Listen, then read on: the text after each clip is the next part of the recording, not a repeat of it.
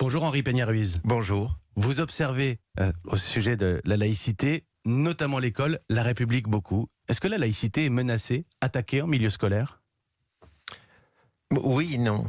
Oui, lorsque par exemple des cours de sciences naturelles ou même des cours de philosophie sont remis en cause parce qu'ils distillent trop l'esprit critique qui est une valeur fondamentale de l'école de la République. On prépare le futur citoyen. On prépare l'homme aussi, dans l'être humain, dans sa capacité à conduire sa vie lucidement. Donc c'est cette finalité double de l'école, préparer le citoyen, préparer l'homme et préparer le futur travailleur, cette triple finalité donc est essentielle à l'école de la République. Alors évidemment, quand au nom d'une religion, aujourd'hui c'est l'islamisme politique, hier c'était le catholicisme intégriste puisqu'il a existé il y a très longtemps, il y a plusieurs siècles. Mais la laïcité s'est conquise dans le sang et les larmes, malheureusement souvent à rebours.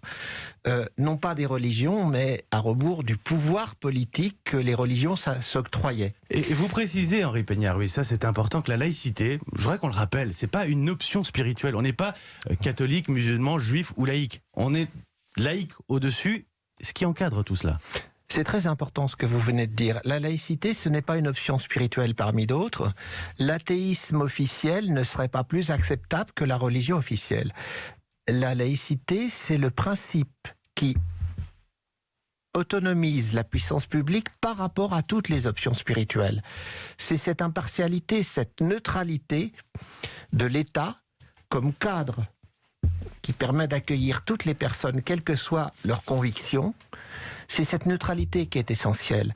Et effectivement, l'indépendance de l'État par rapport à toute puissance religieuse ou idéologique est extrêmement importante. C'est un idéal. Justement, est-ce que l'école, puisqu'on parle d'école ce matin, est-ce que l'école doit rejeter les religions, s'en protéger ou les ignorer parce que finalement la République ne reconnaît aucun culte ? Elle ne doit pas les rejeter et elle ne doit pas les ignorer. Dans un cours d'histoire sur la Renaissance, on ne peut pas éviter de parler des guerres de religion.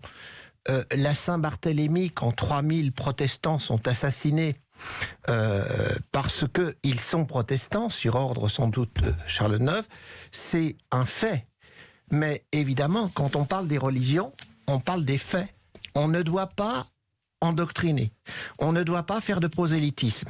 La ligne de démarcation entre l'endoctrinement idéologique ou religieux et l'explication distanciée des faits est très importante à respecter. Voilà pour l'école. Parlons maintenant des enseignants, des enfants, des parents d'élèves. Et pour dire les choses clairement, ce matin, il faut parler d'islam. J'ai pu m'entretenir avec l'ancien inspecteur général de l'Éducation nationale, Jean-Pierre Robin, qui a publié comment on a laissé l'islamisme pénétrer l'école. Il estime, lui, que c'est un tabou, que les profs, par exemple, par idéologie ou par peur, ne font pas remonter les atteintes à la laïcité, que les directeurs d'école ne veulent pas faire de vagues. On met la poussière sous le tapis. Il a un peu raison de faire ce constat parce que souvent, lorsqu'il y a des choses qui fâchent, l'autorité administrative tend à dire pas de vague. Alors, il ne s'agit pas non plus d'exagérer, mais il s'agit pour l'école d'affirmer son indépendance par rapport à tout groupe de pression. Si des parents d'élèves s'insurgent qu'on enseigne Darwin à l'école, c'est arrivé en France il y a des décennies, c'est arrivé aux États-Unis d'Amérique. Aux États-Unis beaucoup. En Arkansas, Bien par sûr. exemple, où les chrétiens born again, nés à nouveau, variété de protestantisme un peu dur, demandait qu'on enseigne à égalité le créationnisme, the science of creationism, prétendue science du créationnisme, et Darwin. C'est pas possible. L'école doit tracer la ligne de démarcation entre le savoir et la croyance. Et c'est très important que toute personne, que tout élève apprenne à distinguer en lui ce qu'il sait et ce qu'il croit. C'est une condition de lucidité. Au Figaro, il y a un an, vous disiez, beaucoup de gens ont une approche compassionnelle de l'islam. Alors, bien sûr, il y a des gens qui... c'est vrai que quelquefois, non pas des musulmans comme tels, mais ça peut être des arabes athées, il n'y en a pas beaucoup, mais il y en a, peuvent faire l'objet d'une discrimination. Les discriminations racistes n'ont pas disparu, malheureusement, de notre pays. Et évidemment, cela peut conduire des personnes par compassion, à considérer que souvent, certains immigrés, on ne sait même pas s'ils sont de religion musulmane ou athée, peuvent faire l'objet d'une discrimination. Yamina Benguigui avait étudié cette théorie du plafond de verre qui montre que quelquefois, dans l'ascension, on se heurte à un plafond invisible qui est lié à la discrimination. Parce qu'on s'appelle Mohamed, on n'a pas l'entretien d'embauche ou on n'obtient pas un logement. Et ça, c'est inacceptable. Il convient effectivement de lutter contre ce genre de discrimination. Mais de là à être faible par rapport, non pas à l'islam, mais par rapport à l'islamisme politique, c'est très important. Oui, c'est de ça dont on parle. D'en parler. L'islamisme politique, comme son nom l'indique, c'est une volonté de pouvoir politique sur la société, et pas seulement une spiritualité libre et déliée. Si c'était une spiritualité libre et déliée, ça ne poserait aucun problème. Mais quand, à partir de la religion, on veut forger un projet de domination des lois communes, là, il y a problème. Et ce n'est pas le propre seulement de l'islam. Ce fut le cas du catholicisme au moment des guerres de religion.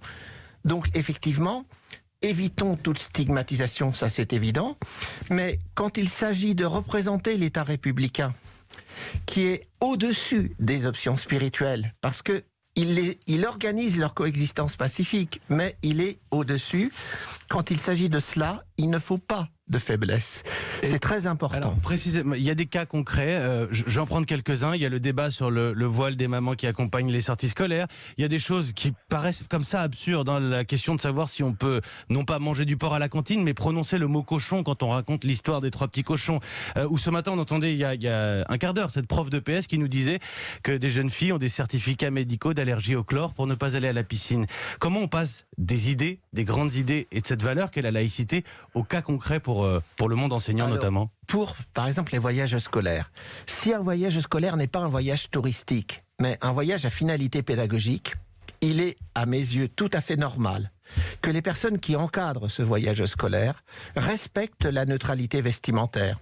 Qu'ils portent une kippa, une croix charismatique ou un voile, ce n'est pas acceptable. Il ne faut pas énoncer cette règle de la neutralité uniquement pour l'islam. On ne doit pas parler tout le temps seulement des mamans voilées. Ça peut être un papa à kippa. Ça peut être un homme ou une femme qui se dit père ou mère ou oncle d'un élève et qui voudrait porter une croix charismatique. Non. La neutralité. Je l'ai expliqué un jour à une mère de famille musulmane qui me disait « Mais pourquoi je ne pourrais pas encadrer ?» Je lui ai dit « Écoutez madame, vous enseignez, vous éduquez votre enfant dans la foi musulmane. Imaginez qu'un père de famille arrive et qu'il porte un t-shirt humaniste athée. Est-ce que ça vous plairait qu'il encadre votre enfant ?» Elle m'a répondu, non. J'ai dit, voilà, vous venez de découvrir la raison pour laquelle on recommande la neutralité. La neutralité ne s'applique pas seulement à des emblèmes ou à des signes religieux de l'islam, elle s'applique aussi à la kippa du judaïsme et à la croix en l'occurrence, ou à la croix charismatique. Tout autre signe, et c'est très important de le rappeler. C'est une règle universelle, c'est pas une règle qui vise une catégorie particulière. Merci mille fois Henri Peña-Ruiz. On va attendre les chiffres de Jean-Michel Blanquer aujourd'hui bien sûr, mais je voulais qu'on prenne le temps de réfléchir à ces questions qui animent la société. Henri Peña-Ruiz, auteur du dictionnaire amoureux de la laïcité paru chez Plon, philosophe. Merci beaucoup.